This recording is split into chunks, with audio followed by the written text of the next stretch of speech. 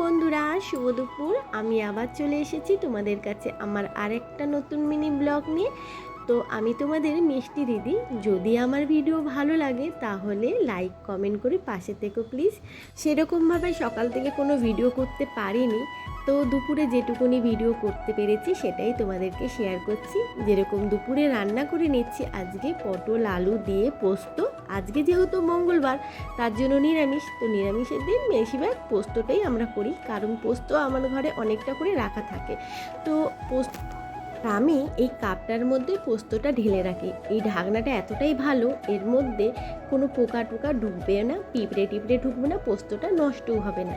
আর এই কাপটার বয়স জানো তো বন্ধুরা কত? প্রায় 18 থেকে 19 বছর হবে। আমার মেয়েকে ওর দিদি গিফট করেছিল, পিসির মেয়ে। তো আমি এটা সযত্ন করে রেখে দিয়েছি। আমার ঘরে প্রত্যেকটা জিনিসই যত্ন সহকারে থাকে, খুব ভালো করে গুছিয়ে রাখি, যত্ন করে রাখি, যার জন্য অনেকটা বছর টিকে যায়। তো এখন আমি ঢ্যাঁড়স আলুটা ভেজে নিচ্ছি একটু পোস্ত ছিটিয়ে। আর এই যে আমের আচার আমি যে দিয়েছিলাম, আমের আচারটা খুব ভালো হয়েছে। গতকালকে একটু খেয়েছিলাম বার করে, আর ওই রয়েছে তাই তোমাদের দেখালাম।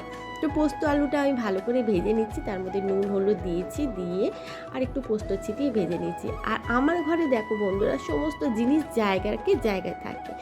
যেমন সুন্দর করে গুছিয়ে রাখি, তেমন জিনিস আমার পরিষ্কার পরিচ্ছন্ন থাকে, না ধুলো থাকে না ময়লা থাকে।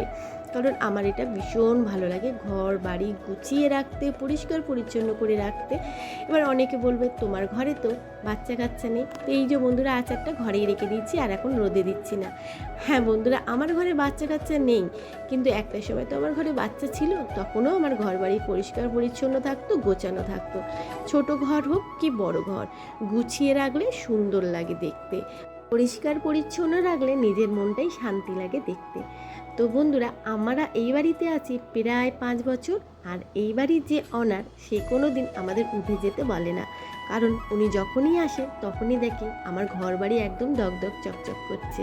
ওনারও বেশ ভালোই লাগে। উনি বলে আমি এতদিন ভাড়া দিয়েছি, কোনো দিন এরকম ঘর বাড়ি পরিষ্কার রাখতে কোনো ভাড়াটেকেই দেখিনি। তো তোমরা এত সুন্দর করে ঘর বাড়ি রেখে দিয়েছো, যত্ন করে পরিষ্কার করে, যার জন্য আমার বেশ ভালো লাগে। আমাদের আশেপাশে যারা আছে তারা আমাদের নিশ্চয়ই সুখ্যাত করে, যার জন্য আজ 5 বছর হয়ে গেছে আমরা কিন্তু এখানে সুন্দরভাবে বসবাস করছি। আর উনি এসে দেখে, ওনার খুব ভালো লাগে যে আমরা এত সুন্দর করে ঘর গুছিয়ে রেখে দিয়েছি, যেটা ওনারাও কোনো দিন গুছিয়ে রাখতে পারেনি। আর আগেও যারা ভাড়া ছিল তারা তো কোনো দিনই রাখতে পারেনি।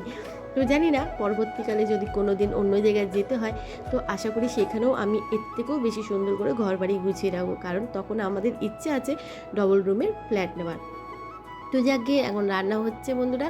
ভাত প্রায় হয়েই এসেছে, 1 ফুট দিয়ে নামিয়ে রেখে দিয়েছিলাম, তারপর আবার 1 ফুট দিয়েছি, আর ডাল সোমবার দিয়ে দিয়েছি। আর আলু পোস্তটা যখন বানাচ্ছিলাম সেই সময় ভিডিওটা করেছিলাম, কিন্তু কিছু একটা সমস্যা হয়েছিল, ভিডিওটা ডিলিট করে দিতে হয়েছিল।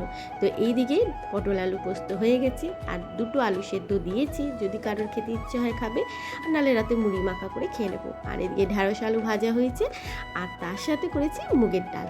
ব্যাস, আর সেরকম কিছু করিনি, যেহেতু বড়মশাই শরীর খারাপ, রবিবার থেকে জ্বর, ও বেরোতে পারছে না, যার জন্য দোকান বাজার সেরকম কিছুই হচ্ছে না। আর আমারও পেটটা খুব একটা ভালো নেই। আর এদিকে বন্ধুরা বড়মশাইয়ের খাবার গুছিয়ে দিয়েছি, যেহেতু ওর শরীরটা ভালো না, তাড়াতাড়ি খেয়ে ওষুধ খাবে, তো সেই কারণের জন্য। আর আমি এইভাবেই ছবি তুলি একটা কাপড় পেতে, আর এই ভিডিওটা তোমাদের করে দেখালাম। তো আজকের ভিডিওটা বন্ধুরা এতটাই। আর পোকো সোনা তো আমার হাতে কামড়েছে, ওকে খাওয়ানোর সময় মুখ খাইয়ে দিয়ে মুখটা ধোয়াচ্ছিলাম, রেগে গেছিলো তাই। তো বন্ধুরা চলো টাটা।